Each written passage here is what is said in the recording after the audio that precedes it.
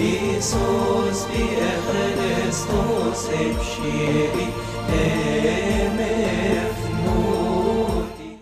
Hi, my name is Jacob, and welcome to a new episode of Hos Erof. Today we'll be looking at the Nativity Gospel Response that's said during the raising of incense. We chose this Gospel Response for two main reasons. Firstly, because it's said during the raising of incense, which is before liturgy starts, most of us actually tend to miss it, unfortunately, as we arrive either right as liturgy is starting or even later during the Mass. And the second reason is that this Gospel Response has several deep theological meanings. So let's look at this hymn together. The one without flesh became flesh, and the Logos became incarnate. The one without beginning was born. The one outside of time became subject to time. In English, the words are, the one without flesh became flesh, and the Logos became incarnate. The one without beginning was born, and the one outside of time became subject to time. I have actually heard it explained before that because God is so all-encompassing, it's often easier to describe who God is not, or the characteristics that He does not have, instead of describing who God is. So in that same vein, if we look at the Coptic translation of this Gospel Response, we can see that same pattern. And in Coptic, the word ut, spelled A-T, is a negation prefix that when placed before words, it negates the meaning of the word following it. So let's look at some examples.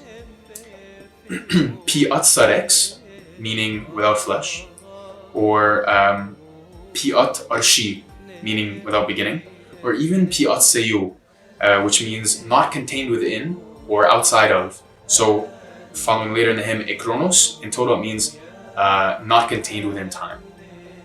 So as we can see, there's a clear emphasis here on the negation aspect, or on the word without. So what's the meaning that the Church is trying to teach us here? It's reminding us that God has no beginning. God has no flesh. God is not bound by time. And yet, He left all of this and became subject to our limited worlds to save us. And it's a reminder that God humbled Himself and was incarnate to become man to save us, which of course is the true meaning of Christmas. So I hope that we're able to encourage each other to try and attend liturgy earlier so we can hear this beautiful Gospel Response. And God bless you all. Merry Christmas. Jebiat sarix afechi sarix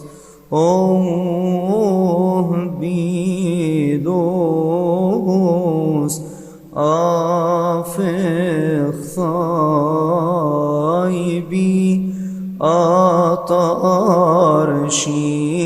aferhit biatseu afshobichau echoronos Alleluia, Alleluia.